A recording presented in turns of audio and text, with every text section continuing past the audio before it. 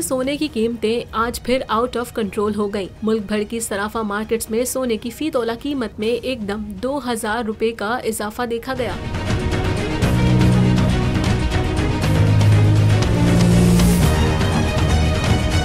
All Pakistan James and jewellers association की जानिब से बताया गया है कि कराची, लाहौर, पेशावर, कोयटा और इस्लामाबाद समेत मुल्क के दीगर शहरों में 1 तोला सोना 2,37,300 रुपए का हो गया है। इसी तरह 10 ग्राम सोना 1,714 रुपए इजाफे से 2,03,446 रुपए तक पहुँच गया। ज्वेलर्स एसोसिएशन के मुताबिक आलमी मार्केट में सोने का भाव $5 कम होकर $1,972 फी औंस है।